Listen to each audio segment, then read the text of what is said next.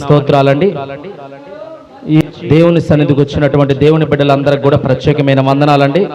అందరికి వందనాలు. ఎవరు కూడా మాట్లాడకుండా శ్రద్ధగా దేవుని వాక్యాన్ని వినండి. దేవునికి స్తోత్రం. హల్లెలూయా. సంతోషం అండి. ప్రభునామానికి స్తోత్రం. సంతోషం అండి. గడిచినటువంటి జూను జూలై నెల అంతా కూడా దేవుడు కాచి కాపాడి ఈ యొక్క ఆగస్టు నెలలోకి మనల్ని ప్రవేశపెట్టినందుకు మరొకసారి దేవుని నామానికి స్తోత్రాలు చెల్లిద్దాం. హల్లెలూయా, హల్లెలూయా. చాలా సంతోషం అండి. దేవుడు అంటున్నాడు, నేను పరిశుద్ధుడను కనుక మీరును పరిశుద్ధులై ఉండుడి. ఆయన పరిశుద్ధుడండి. పరలోక రాజ్యములో దేవదూతలు సైతము కూడా, కెరూబులు శరాపులు సైతము కూడా దేవుని గణపరుస్తున్నాయి.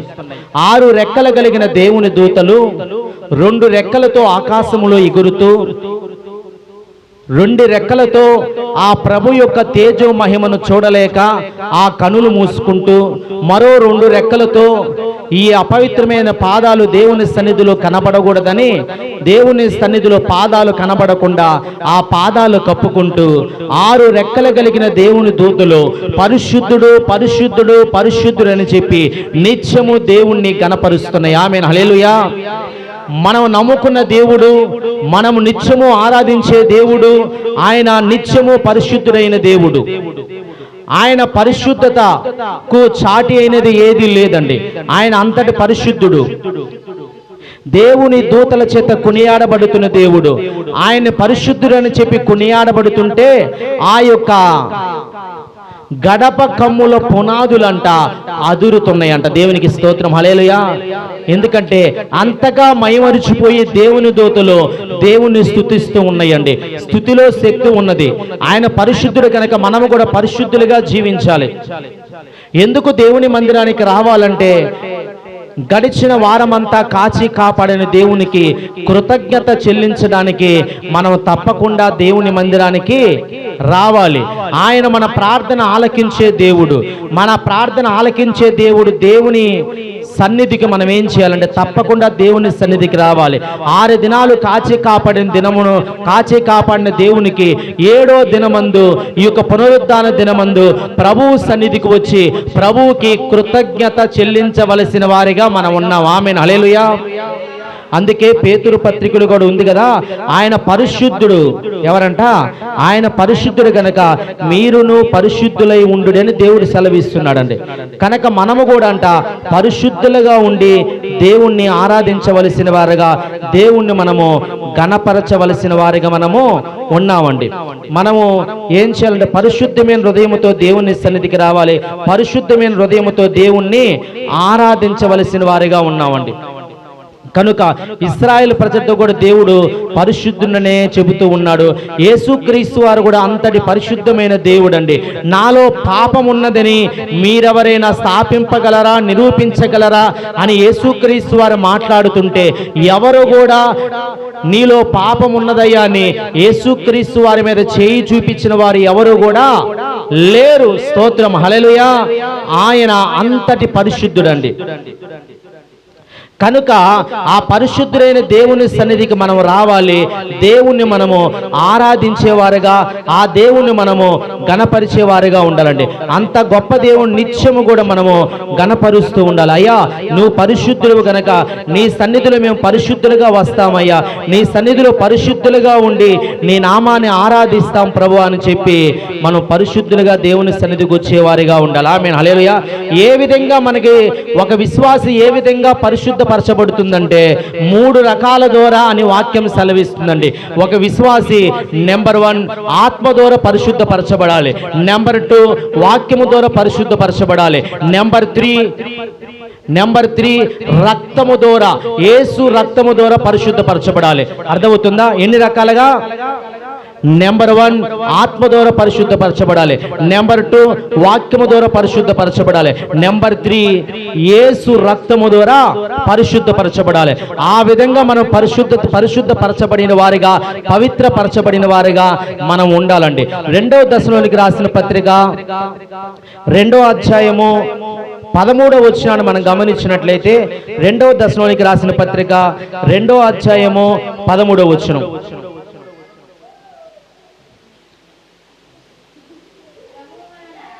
ప్రభువు వలన ప్రేమింపబడిన సహోదరులారా, ఆత్మ మిమ్మును పరిశుద్ధపరచుట వలనను మీరు సత్యమును నమ్ముట వలనను రక్షణ పొందుటకు దేవుడు ఆది నుండి మిమ్మును ఏర్పరచుకొనేను గనుక మేము మిమ్మును బట్టి ఎల్లప్పుడూ దేవునికి కృతజ్ఞతాస్తుతులు చెల్లింపబద్దులమై ఉన్నాము. దేవునికి స్తోత్రం, హల్లెలూయా. గమనించాలండి, ఇక్కడ రాయబడుతూ దెసలోనిక సంఘానికి అపోస్తలుడైన పౌలు ఈ దెసలోనిక సంఘానికి 2వ పత్రిక రాస్తున్నాడండి. ఈ పత్రికలో 2వ అధ్యాయం 13వ వచనంలో ఏమని రాయబడిందంటే, ప్రభువు వలన ప్రేమింపబడిన సహోదరులారా, స్తోత్రం, హల్లెలూయా. ఎవరి వలన మనం ప్రేమ పొందుకుంటున్నామండి? ప్రభు వలన. ఆయనే మనల్ని ప్రేమించేవాడు. ఈ లోకంలో మనుషులు ప్రేమిస్తారని మనం ఆశపడతాం, కానీ మనుషులు ఎవరు కూడా ప్రేమించేవారు కాదండి. దేవుడు మాత్రమే ప్రేమించేవాడు. ఆయన ప్రేమ నిన్న నేడు ఆయన ఏకరీతిగా ఉన్న దేవుడు, ప్రేమలో మార్పు లేని దేవుడు అంట. ఆమేన్, హల్లెలూయా. ఆయన ప్రేమా స్వరూపి అయి ఉన్నాడు. తండ్రి లోకమును ఎంతో ప్రేమించెను గనక తన అద్వితీయ కుమారుని యందు విశ్వాసం ఉంచువానిని నిత్య జీవం అనుగ్రహించినట్లుగా ఆయనను మన కొరకు పంపించాడంట. స్తోత్రం, హల్లెలూయా. ఎందుకంటే తండ్రి ప్రేమ గొప్పది. తండ్రి మనల్ని ప్రేమిస్తున్నాడు గనక కుమారుడైన యేసుక్రీస్తు వారిని ఈ లోకానికి పంపించాడండి. అందుకే ఇక్కడ రాయబడింది, ప్రభువు వలన ప్రేమింపబడిన సహోదరులారా అని చెబుతూ మొదలు పెడుతున్నాడండి. తండ్రి ప్రేమను మనము పొందుకునే వారిగా మనం ఉండాలి. ప్రియ దేవుని బిడ్డరా, ఆయన ప్రేమ మన పట్ల ఉన్నది కనుక మనం ఇంకా జీవిస్తున్నాం, బ్రతుకుతూ ఉన్నాం. ప్రియ దేవుని బిడ్డరా, ఈ లోకములో దేవుని కంటే ఎక్కువగా మనల్ని ప్రేమించేవారు లేరండి. తల్లి కంటే తండ్రి కంటే కూడా సహోదరుల కంటే ఎక్కువగా ప్రేమిస్తున్న వ్యక్తి యేసుక్రీస్తు వారు. నీ తల్లి గర్భములో పిండముగా నీ ఉన్నప్పుడే నీ పట్ల ఒక ప్రణాళిక కలిగి, నీ పట్ల ఒక ప్రేమ కలిగి ఈ లోకానికి క్షేమముగా తల్లి గర్భంలో నుంచి బయటకు తీసుకొచ్చాడు. ఇంతవరకు నువ్వు జీవిస్తూ ప్రాణముతో ఉన్నావంటే, బ్రతుకుతూ ఉన్నావంటే కేవలం ఆయన కృపా ప్రేమ మాత్రమే. ఆమేన్, హల్లెలూయా. ఆయన ప్రేమ మాత్రమేనండి. ఆయన కృప ద్వారా పొందుకుంటున్నాం. ఆయన ప్రేమను మనం పొందుకొని నడుచుకుంటున్నాం. ప్రియ దేవుని బిడ్డరా, కనుక నిత్యము ప్రభు చేత ప్రేమింపబడుతూ ఉన్నట్లుగా మనం ఉండాలండి. ఒక చిన్న ఉపమానాన్ని మనం గ్రహించినట్లయితే, ఒక భర్త అనుకోని రీతిగా చనిపోయాడండి. చనిపోయిన తర్వాత తాను సమాధి చేయబడుతున్న సమయంలో దేవుని రాజ్యానికి వెళ్ళి దేవుని సన్నిధిలో దేవుణ్ణి అడుగుతున్నాడంట, అయ్యా నేను ఇంకా బ్రతకాలని ఆశపడుతున్నాను.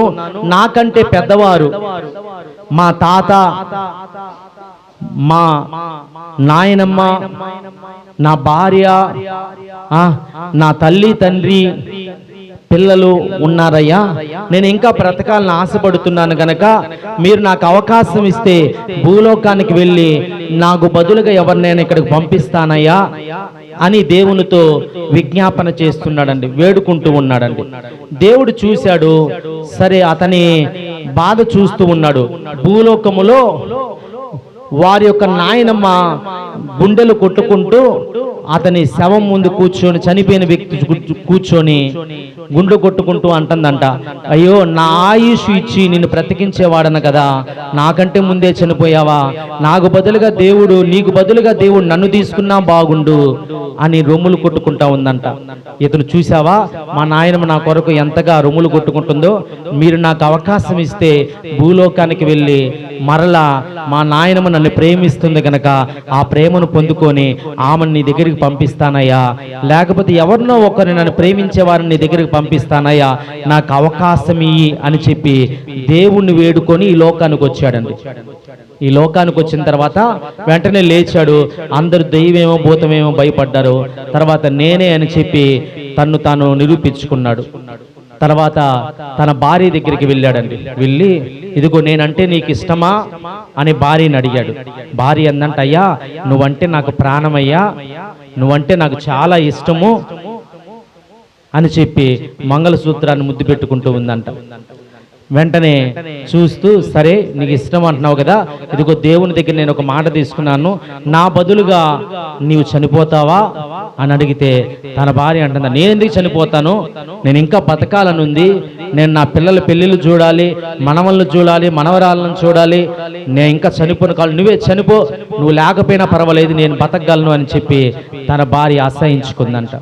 వెంటనే అక్కడి నుంచి వెళ్ళాడు, వాళ్ళ అమ్మకి నాన్న దగ్గరికి వెళ్ళాడు. వాళ్ళ అమ్మ నాన్న అన్నారంట, రే మేము నీ కోరిక మేము చనిపోవడానికి సిద్ధంగా లేము, కనుక నువ్వు వెలిచిన దాన్ని నువ్వు మరలా వెళ్ళిపో దేవుని దగ్గరికి అని వారి తల్లిదండ్రి అన్నారంటండి. చివరికి అక్కడ నాయనమ్మ కూర్చొని ఉందంట. ఆమె దగ్గరికి వెళ్ళి, నాయనమ్మ నేను నిన్ను చూశాను, నేను చనిపోయినాక నువ్వు గుండెలు కొట్టుకుంటూ నీ బదులు నేను చనిపోయినా బాగుండను నువ్వు అంటున్నావు కదా, అవకాశం వచ్చింది నాయనమ్మ, నువ్వు దేవుని దగ్గరికి వెళ్తావా, నేను ఇక్కడ ఉంటాను అంటే ఒక్కసారిగా కర్రెత్తుకొని గంతులు పైకి లేచిందంట. స్తోత్రం, హల్లెలూయా. పైకి లేచి ఆ కర్రతో ఒక దెబ్బ కొట్టిందంట. కొట్టి, ఎలా కనబడుతున్నాను, నేను ఇంకా చాలా సంవత్సరాలు బతకాలనుకుంటున్నాను, నువ్వే పోరా దేవుని దగ్గరని ఆ ముసలి తెలిపోయిందంట. స్తోత్రం, హల్లెలూయా. గమనించాలి ప్రియ దేవుని బిడ్డలారా, లాస్ట్కి ఏ దారి లేక తను మరలా దేవుని దగ్గరికి వెళ్ళాడంట. స్తోత్రం, హల్లెలూయా.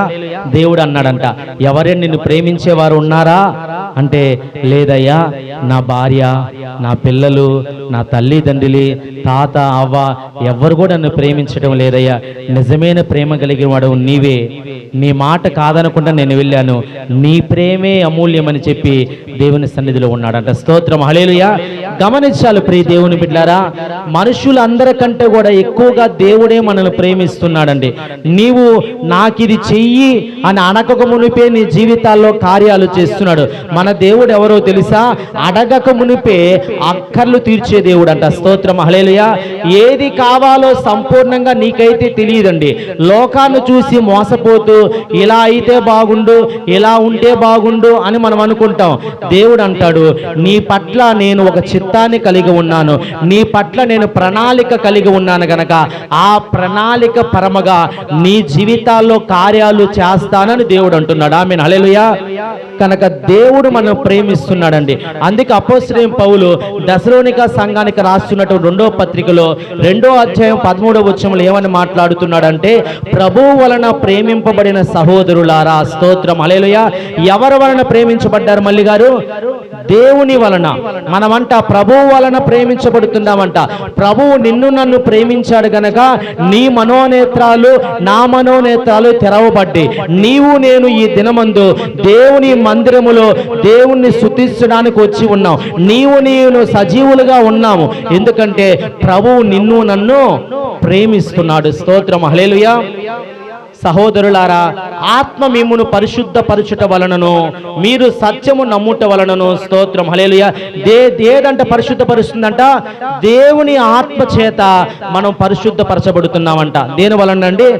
దేవుడు నిన్ను నన్ను ప్రేమించాడు గనక తన ఆత్మ ద్వారా అంట మనల్ని పరిశుద్ధపరుస్తున్నాడంటండి. ఒక విశ్వాసి దేవుని ఆత్మ ద్వారా పరిశుద్ధపరచబడాలండి. ఆత్మలో కపటము లేని నరుడు ధన్యుడు అంట. స్తోత్రం, హల్లెలూయా. హృదయ శుద్ధి గలవారు ధన్యులు, వారు దేవుని చూచెదరు. దేవుని ఆత్మ చేత నీ హృదయము నీవు పరిశుద్ధపరచబడాలి, శుద్ధీకరించబడాలి. దేవుని ఆత్మ అనుభవాన్ని నువ్వు కలిగి ఉండాలి, ఆత్మశక్తిని పొందుకోవాలి. ఆత్మ అభిషేకం పొందుకుంటే నువ్వు పరిశుద్ధరాలుగా ఉంటావు, పవిత్రులుగా ఉంటావు, కలంకము లేని బిడ్డగా, కపటము లేని బిడ్డగా ఉంటావు. స్తోత్రం, హల్లెలూయా. దేవుని ఆత్మ ద్వారా నువ్వు పరిశుద్ధపరచబడాలి. దేవుని ఆత్మ ద్వారా అంట నీవు నింపబడాలంట.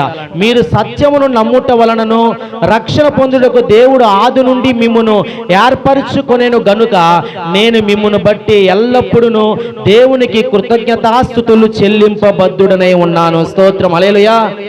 సత్యాన్ని మనం నమ్ముకున్నామంటే, ఎవరు సత్యము? ఆయన వాక్యమే సత్యము, ఆయన నమ్ముటే సత్యం అంట. స్తోత్రం, హల్లెలూయా. యేసుక్రీస్తు వారు సత్యమైన దేవుడు. ఆయన నేనే మార్గమును, నేనే సత్యమును, నేనే జీవమును అని చెబుతున్నాడు. ఆయన సత్యమైన దేవుడు కనుక ఆయన నమ్మితే నువ్వు సత్య మార్గములో ఉన్నట్లు. స్తోత్రం, హల్లెలూయా. ఏ మార్గంలో ఉన్నట్లండి?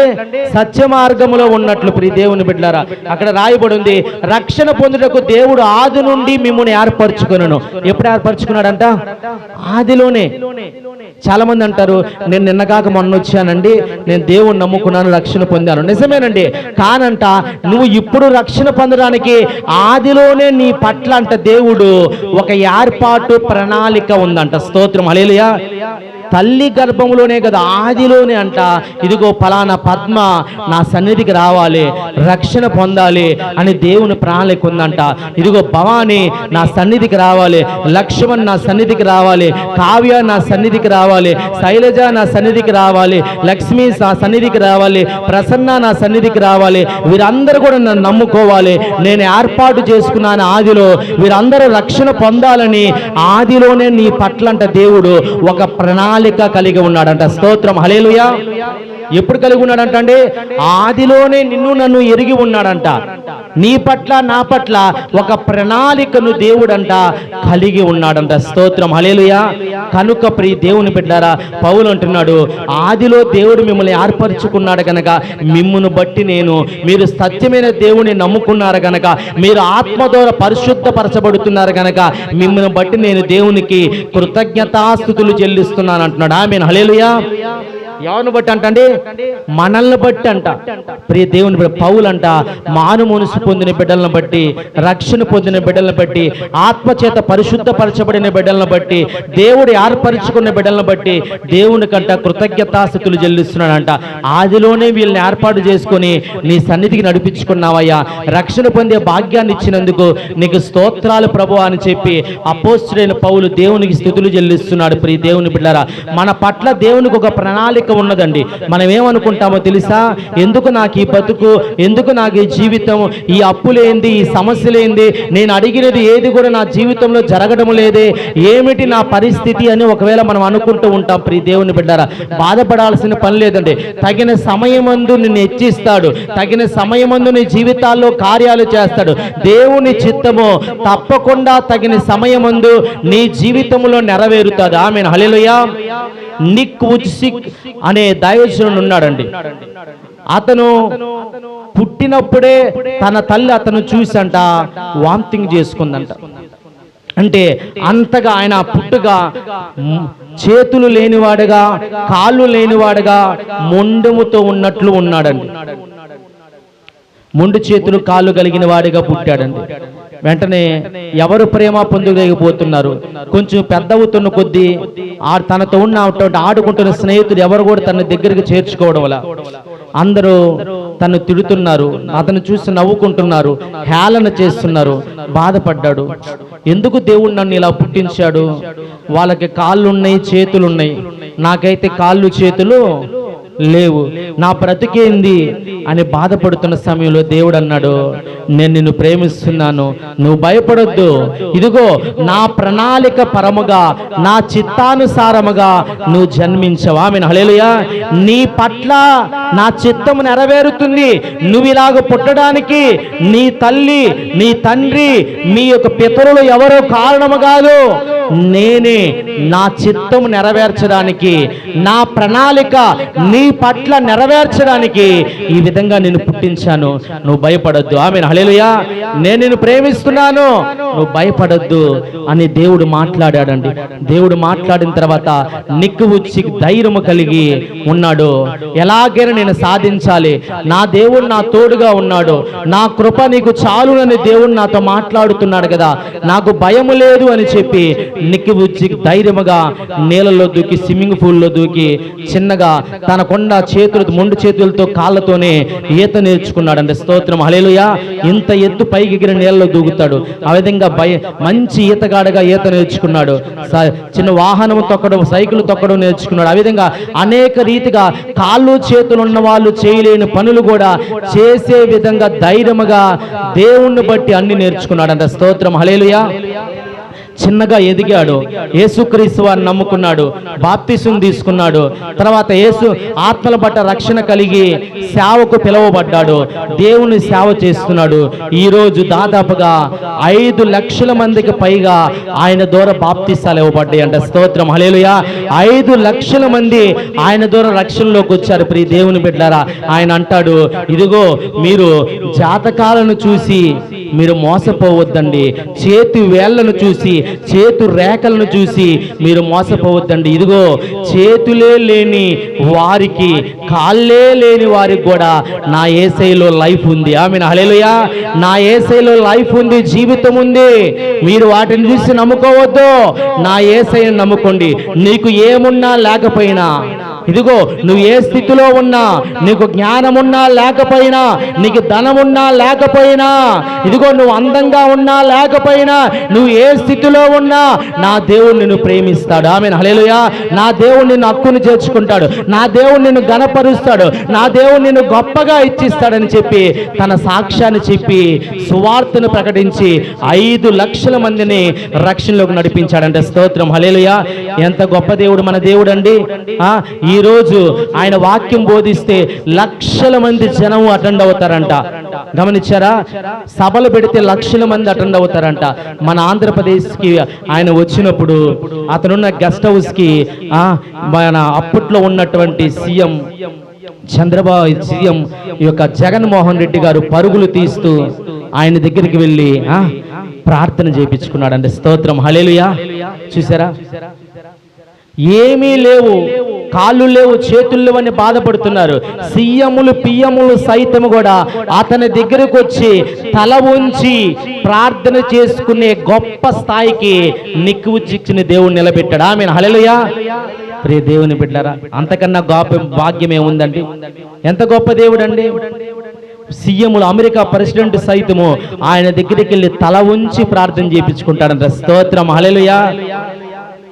అందువల్ల నాకు ఏమీ లేదే, నేను ఏమీ లేనివాడనే, ఆస్తి లేదే, పలుకుబడి లేదే, బంధువులు లేరే, స్నేహితులు లేరే, నాకేంది పరిస్థితి అని నువ్వు బాధపడొద్దు.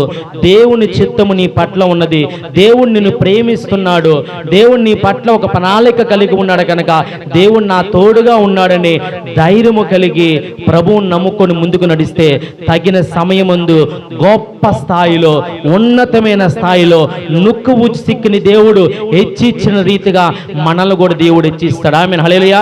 అంత గొప్ప స్థాయిలో దేవుడు మనల్ని ఉంచుతాడండి. కనుక మన విశ్వాసం కలిగి ఉండాలంట. ఒక విశ్వాసి ఏం చేయాలంటే ఆత్మ ద్వారా పరిశుద్ధపరచబడాలి. దేని ద్వారా అండి?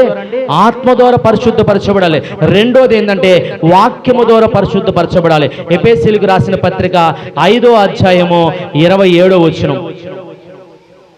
ఎఫెసీయులకు రాసిన పత్రిక 5వ అధ్యాయము 27వ వచనం. అక్కడ చివర్లో ఉందండి, చివర్లో వాక్యముతో ఉదక స్నానము చేత దానిని పవిత్రపరచి, అటువలే క్రీస్తు కూడా సంఘమును ప్రేమించి అది కలంకమైనను ముడత అయినను అట్టిది మరి ఏదైనను లేక పరిశుద్ధమైనది గాను నిర్దోషమైనది గాను మహిమ గల సంఘము గాను ఆయన తన ఎదుట దానిని నిలవబెట్టుకొనవలెనని వాక్యముతో ఉదక స్నానము చేత దాన్ని పవిత్రపరచి పరిశుద్ధపరచుటకై దాని కొరకు తన్ను తాను అప్పగించుకొనెను. స్తోత్రం, హల్లెలూయా. యేసుక్రీస్తు వారు ప్రాణం పెట్టడానికి, ఈ లోకానికి రావడానికి కారణం ఏంటంటే సంఘాన్ని ప్రేమించాడంట. ఆమేన్, హల్లెలూయా. సంఘం అంటే నీవు నేను మనందరము సంఘం. స్తోత్రం, హల్లెలూయా. మన కోసం అంట ఈ లోకానికి వచ్చాడు, ప్రాణం పెట్టాడు. దేనికంటే ఇదిగో వాక్యమనే ఉదక స్నానము చేత మనల్ని పవిత్రపరచుటకంట. స్తోత్రం, హల్లెలూయా.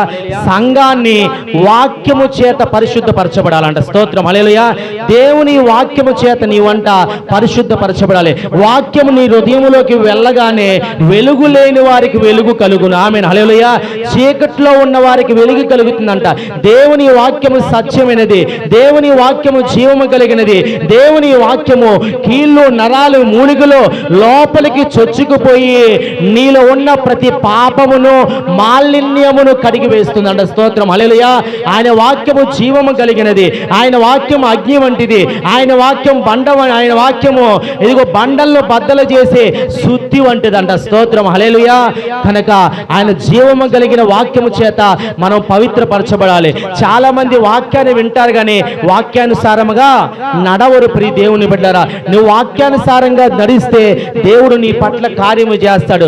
వినడం మాత్రమే కాదండి, వాక్యానుసారముగా నడిచేవారిగా నీవు ఉండాలి. ప్రియ దేవుని బిడ్డలారా, దేవుని వాక్యానికి నువ్వు లోబడాలి. దేవుని వాక్యానికి తల వంచాల్సిందే. ఆమేన్, హల్లెలూయా. దేవుని వాక్యానికి నువ్వు లోబడాల్సిందే. ప్రియ దేవుని బిడ్డరా, ఆ దేవుడు గొప్ప దేవుడు కనుక దేవుడు నీతో మాట్లాడితే నువ్వు లోబడవలసిందే. స్తోత్రం, హల్లెలూయా. లోబడాలండి. ఒక పాలముక్కునే వ్యక్తి బిల్లీ గ్రహం గారికి సువార్త ప్రకటించాడు. ఆ బిల్లీ గ్రహం గారిని దేవుని మందిరానికి తీసుకొని వచ్చాడండి. అక్కడ మన ప్రాంతాల్లో జరిగినట్టుగా అక్కడ సభలు జరుగుతున్నాయి అంట. సభలు జరుగుతున్నప్పుడు ఆ సభల్లో ఆ యొక్క 3 రోజుల సభల్లో అంట దేవుని సేవకుడు చాలా ఖర్చు పెట్టి ఆ సభల్ని ఏర్పాటు చేసి ఆ 3 రోజులు కూడా ఘనముగా ఆ మీటింగ్స్ కొనసాగించాడంట. 3వ దినమందు చివరి సమయంలో ప్రార్థన చేసి ఆయన అంటున్నాడంట, ఎవరైనా వాక్యము చేత పట్టబడినట్లయితే, వాక్యాన్ని అంగీకరించినట్లయితే, మీరు ఎవరైనా మారు మనసు పొంది బాప్తిసం తీసుకుంటాను, యేసును సొంత రక్షకుడిగా అంగీకరిస్తాను అని మీరెవరైనా ఒప్పుకున్నట్లయితే మీ చేతులు పైకెత్తండి, ఇదే రాకడ సమయము, ఇదే కడవరి దినం అని చెప్పి అతను హెచ్చరిస్తూ చివరి మాటలు చెబుతున్నాడంట. అతను ఎన్నిసార్లు చెప్పినా 3 రోజులు ఎంతో డబ్బు పెట్టి ఖర్చు పెట్టి సభలు పెట్టినా ఒక్కరు కూడా చేతులెత్తి నేను రక్షణ పొందుతానని అనలేదంట. ప్రియ దేవుని బిడ్డలారా, గమనించాలి. ఎందుకంటే వారిలో దేవుని వాక్యము పని చేయలేదండి. వాక్యము చేత మనం కదిలించబడాలి. అతను మరలా అంటున్నప్పుడు ఇదిగో ఉదయకిరణ్ అంత అన్నటువంటి చిన్న బాలుడండి, చిన్న బాలుడు, ఉదయకిరణ్ కంటే ఇంకా చిన్నవాడుగా ఉన్నటువంటి ఒక బాలుడు పైకి లేచి తన చెయ్యి ఎత్తాడంట. ఎందుకు లేచావయ్యా, ఏమైనా కావాలా నీకంటే?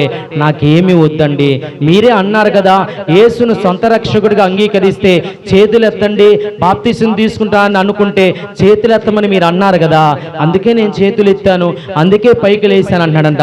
నిజముగా చెబుతున్నావా అంటే, నిజముగానండి, యేసయ్య నేను నమ్ముకున్నాను, యేసయ్య నా దేవుడు, నేను ఏ తప్పుదాలు పాపాలు చేయను, నేను మారు మనసు పొందుతున్నాను, యేసయ్యను సొంత రక్షకుడిగా అంగీకరిస్తున్నాను, నాకు బాప్తిసం ఇయ్యండి అంటున్నాడంట. స్తోత్రం, హల్లెలూయా.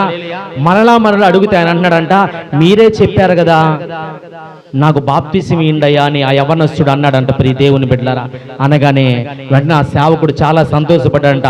3 దినాలు ఎంతో ధనము ఖర్చు పెట్టి ఈ సభలు పెట్టాను, ఒక్కరు రక్షింపబడ్డారా అని చెప్పి సంతోషంతో దేవునికి స్తోత్రాలు చెప్పి అతనికి బాప్తిసం ఇచ్చాడంట. అప్పటి నుండి తన ఆత్మీయ జీవితం బలపరచబడింది. యవ్వన వయసులో ఇక బాప్తిసం తీసుకున్న బిల్లీ గ్రహం గారు గొప్ప సేవకుడిగా, ప్రపంచాన్ని కదిలించే గొప్ప సువార్థికుడిగా మారిపోయాడు. దేవునికి స్తోత్రం, హల్లెలూయా. ప్రియ దేవుని బిడ్డలారా, రక్షింపబడిన తర్వాత మన ఆత్మీయ స్థితి మెరుగుపరచబడుతుందండి. నేను కూడా కొన్ని సందర్భాల్లో కూర్చొని కొంతమంది గొప్ప సేవకులను చూసి, నాకంటే ముందుగా ఉండి సేవ చేస్తున్న సేవకులను చూసి నేను అనుకుంటాను, నేను కూడా ఒక 5 సంవత్సరాల ముందే రక్షింపబడి ఉంటే బాగుండే. స్తోత్రం, హల్లెలూయా. చూసారా, నేను ముందుగానే చిన్న వయసులోనే రక్షింపబడి ఉంటే బాగుండే, చిన్న వయసులోనే యేసుక్రీస్తుని నమ్ముకుంటే బాగుండే, ఇంకెంతగా దేవుడు నన్ను వాడుకునేవాడో. స్తోత్రం, హల్లెలూయా. చెప్పాలి, హల్లెలూయా. ఆలస్యంగా రక్షింపబడ్డానే అని కొన్ని సందర్భాల్లో నేను బాధపడుతూ ఉంటా. ప్రియ దేవుని బిడ్డలారా, అటువంటి బాధ మీకు కలగకూడదు. ఎప్పుడైతే దేవుని వాక్యం మీ హృదయములో పనిచేస్తుందో, ఎప్పుడైతే దేవుని వాక్యం మిమ్మల్ని దర్శిస్తుందో, ఆ క్షణమే మీరంట వాక్యం అనే ఉదక స్నానం చేతంట మీరు కడగబడాలంట. స్తోత్రం, హల్లెలూయా. వాక్యము చేత నువ్వు శుద్ధీకరించబడాలి. నీ పాపాలు వాక్యము చేత శుద్ధీకరించబడాలి. నీ లోపాలు వాక్యం చేత సరిచేయబడాలి. వాక్యం చేత నువ్వు మారు మనసు పొందాలి. వాక్యము చోత వాక్యాన్ని అంగీకరించి నువ్వు బాప్తిసము తీసుకోవాలి. స్తోత్రం, హల్లెలూయా. రెండోది, ఒక విశ్వాసంట వాక్యము ద్వారా పరిశుద్ధపరచబడాలి. మొట్టమొదటిగా ఆత్మ ద్వారా పరిశుద్ధపరచబడాలి. నెంబర్ 2 వాక్యము ద్వారా పరిశుద్ధపరచబడాలి. నెంబర్ 3 రక్తము ద్వారా అంట. 1 యోహాను పత్రిక 1వ అధ్యాయము 7వ వచనం. మొదటి యోహాను పత్రిక 1వ అధ్యాయము 7వ వచనం.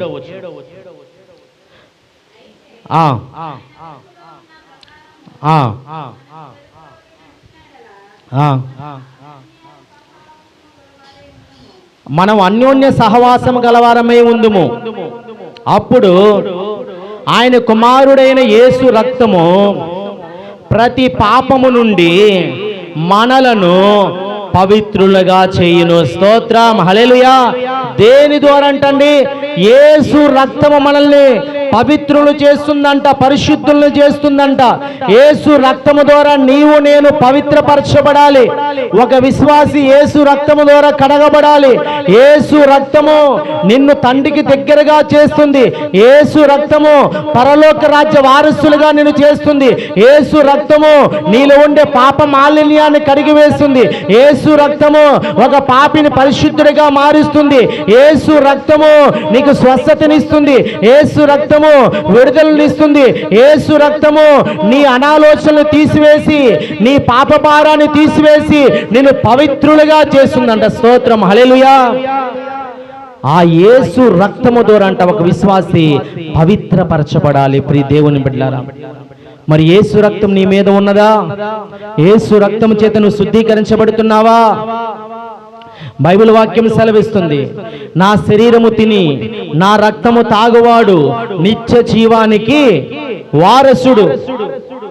నువ్వు పరలోక రాజ్యానికి వెళ్ళాలంటే, నువ్వు పరలోక రాజ్య వారసులుగా ఉండాలంటే నువ్వు యేసు రక్తము ద్వారా కడగబడాలి. యేసు రక్తము ద్వారా పరిశుద్ధపరచబడాలి. ఎవరైతే చాలా మంది అనుకుంటారు, మేము బాప్తిసం తీసుకున్నాం, మేము మందిరానికి వస్తున్నాం, మేము సంఘములో ఉన్నాం, మేము విశ్వాసులుగా ఉన్నాం, ఒకవేళ మేము బల తీసుకోకపోయినా ఏం పర్వాలేదులే, ప్రభు వల్ల చేతులు వేయకపోయినా ఏం పర్వాలేదులే, యేసు రక్తాన్ని యేసు శరీరాన్ని తీసుకోకపోయినా ఏమీ కాదులే, బాప్తిసం తీసుకున్నాం కదా ఏమీ కాదులే అని అనాలోచన కలిగి దేవుని బల్లకు రాకుండా దూరం అయిపోతూ ఉంటారండి. వాక్యం ఏమి సెలవిస్తుంది? ఇదిగో నా శరీరము తిని నా రక్తము తాగువాడే నిత్య జీవానికి వారసుడు. ఎవరైతే ప్రతి నెల క్రమముగా ప్రభు శరీరాన్ని తీసుకుంటారో, క్రమముగా ప్రభు రక్తాన్ని తీసుకుంటారో వారు మాత్రమే నిత్య జీవానికి వారసులు. స్తోత్రం. నువ్వు బాప్తిసం తీసుకున్నంత మాత్రాన పరలోక రాజ్యానికి చేరలేవు. నీ ప్రవర్తన సరి చేసుకోబోతే పరలోక రాజ్యానికి చేరలేవు. నువ్వు అపవిత్రతగా కలిగి ఉంటే ఆ పరలోక రాజ్యానికి చేరలేవు. నువ్వు మారు మనసు పొందకపోతే చేరలేవు. సంఘము కలంకం లేనిదిగా ఉండాలి, ముడత లేనిదిగా ఉండాలి, దాగు లేనిదిగా ఉండాలి, నిర్దోషమైనదిగా ఉండాలి, దోషము లేనిదిగా ఉండాలి. సంఘములో ఉండే ప్రజలారా, సంఘములో ఉండే విశ్వాసులారా, మీ కొరకే దేవుడు మాట్లాడుతున్నారు. మీరు కలంకం లేని వారుగా, ముడత లేని వారుగా, దాగు లేని వారుగా నీవు ఉన్నట్లయితే ఆ పరలోక రాజ్యానికి వారసునిగా నీవు ఉంటావు. ఆ నిత్య రాజ్యానికి నువ్వు చేరగలుగుతావు. నువ్వు రాకల్లో ఎత్తబడగలుగుతావు. నువ్వు రక్షణ పొంది ప్రభు బల్లకు దూరం అయితే నువ్వు ఆ రాజ్యానికి చేరలేవు. ప్రియ దేవుని బిడ్డలారా, మరి ఏ స్థితిలో ఉన్నావు? ప్రభు యొక్క శరీరాన్ని, ప్రభు యొక్క రక్తాన్ని నిర్లక్ష్యం చేస్తున్నావేమో ఒకసారి ఆలోచన చేసుకో. మొదటి కొరింథీయులకు రాసిన పత్రిక 11వ అధ్యాయము 28వ వచనాన్ని చదవండి. 27 కూడా చదవండి. కాబట్టి ఎవడు అయోగ్యముగా ప్రభు యొక్క రొట్టెను తినునో లేక ఆయన పాత్రలోని తాగునో వాడు ప్రభు యొక్క శరీరము గూర్చియు రక్తమును గూర్చియు అపరాధి అగును. స్తోత్రం. అపరాధులుగా ఉన్నవారిని పవిత్రులుగా, నిర్దోషులుగా చేస్తుంది యేసు రక్తం అండి. కానీ నువ్వు అయోగ్యముగా తీసుకుంటే నువ్వు అపరాధులుగా చేయబడతావంట. నువ్వు తీసుకునే పాత్ర అది ఆశీర్వచనపు దీవించు పాత్ర అంట. మరి ఆశీర్వచనపు పాత్రను నువ్వు తీసుకుంటే నీ మీదకి ఆశీర్వాదాలు రావాలి, నీ మీదకి దేవుళ్ళు రావాలి. కానీ నువ్వు అయోగ్యముగా ప్రభు యొక్క శరీరాన్ని, ప్రభు యొక్క రక్తాన్ని తీసుకున్నట్లయితే నీవంట అపరాధులుగా ఎంచబడి శిక్షకు పాత్రులు అవుతారంట. స్తోత్రం, హల్లెలూయా. జాగ్రత్తగా ప్రియ దేవుని బిడ్డలారా, దేవుడు మాట్లాడుతున్నాడు. అయోగ్యంగా వద్దు, నీ హృదయాన్ని సరి చేసుకో, పవిత్రంగా ఉండు, పరిశుద్ధంగా ఉండు. గడిచిన ఈ 4 వారాల్లో నువ్వు తెలియజేసిన తప్పిదాలు, లోపాలు ఏదైనా ఉన్నట్లయితే ఎవరి మీద కోపడ్డావేమో, ఈర్ష్య అసూయ కలిగి ఉన్నావేమో, తప్పిదాలు చేశావేమో, మళ్ళా పాపంలో పడిపోయావేమో, అబద్ధాలు, బూతులు, మోసాలు, అపవిత్రమైన మార్గాల్లో వెళ్ళావేమో, అపవిత్రమైన ప్రదేశాల్లో తిరిగి అపవిత్రమైన ఆహారాన్ని భుజించావేమో, ఏ స్థితిలో ఉన్నావో ప్రియ దేవుని బిడ్డలారా, ఇవన్నీ ఒకసారి ప్రార్థన ద్వారా నువ్వు దేవునికి ప్రార్థన చేసుకొని, అయ్యా నన్ను క్షమించయ్యా, అయ్యా నేను వెళ్ళగోడిన దగ్గరికి వెళ్ళాను, అనగోడిన మాటలు, నా హృదయంలో పాపపు తలంపులు వచ్చినాయి నాయన, నన్ను క్షమించు ప్రభువా, నేను యోగ్యుడిగా ఉంటానయ్యా, నన్ను యోగ్యుడిగా మార్చు ప్రభువా అని చెప్పి దేవుని వేడుకొని ఆయన కృపను ప్రేమను బట్టి నువ్వు క్షమాపణ పొందుకొని యోగ్యత కలిగిన బిడ్డగా ప్రభు యొక్క శరీరాన్ని రక్తాన్ని తీసుకోవాలి. స్తోత్రం, హల్లెలూయా. అయోగ్యముగా తీసుకుంటేనంట కొద్దిమంది చనిపోతున్నారంట. చూసారా, కొద్దిమంది రోగాల బారిన పడుతున్నారంట. ప్రియ దేవుని బిడ్డలారా, మరి ఈ దీవించే పాత్ర, ఆశీర్వదించు ఈ పాత్రలో ఉన్నది నువ్వు తీసుకుంటే నీకు ఆశీర్వాదాలకు బదులు శాపాలు వస్తున్నాయి. ఎందుకో తెలుసా? నువ్వు అయోగ్యముగా తీసుకుంటున్నావు. కొద్దిమంది నిద్రిస్తున్నారంట, చనిపోతున్నారంట. కొద్దిమంది అంట రోగాల బారిన పడి నయంగాని రోగాల బారిన పడుతున్నారంట. ప్రియ దేవుని బిడ్డలారా, ఎలా ఉన్నావు? నువ్వెలా ఉన్నావు? ప్రభు బల తీసుకునే ప్రియ విశ్వాసి, ప్రియ సహోదరి సహోదరుడా, జాగ్రత్త. నీ హృదయాన్ని పరిశుద్ధపరచుకో. దేవుని సన్నిధిలో తప్పిదాల లోపాలు ఒప్పుకో.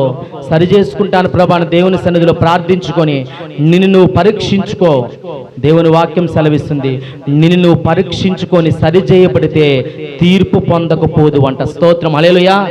నువ్వు నీ పాపాలు, తప్పిదాల లోపాలు ఒప్పుకొని యోగ్యులుగా ఉండి ప్రభు బలను తీసుకుంటే నువ్వు క్షమించబడతావంట, తీర్పులోనికి రావంట. స్తోత్రం, హల్లెలూయా. మరి ఎలా ఉన్నావు? ప్రభు బల నీ దగ్గరలో ఉన్నది, నీ యొద్దకు రాబోతుంది. మరి నువ్వు అయోగ్యముగా ఉన్నావా, యోగ్యత కలిగిన బిడ్డగా ఉన్నావా? ఒక్కసారి ప్రార్థనాపూర్వకంగా సరి చేసుకో.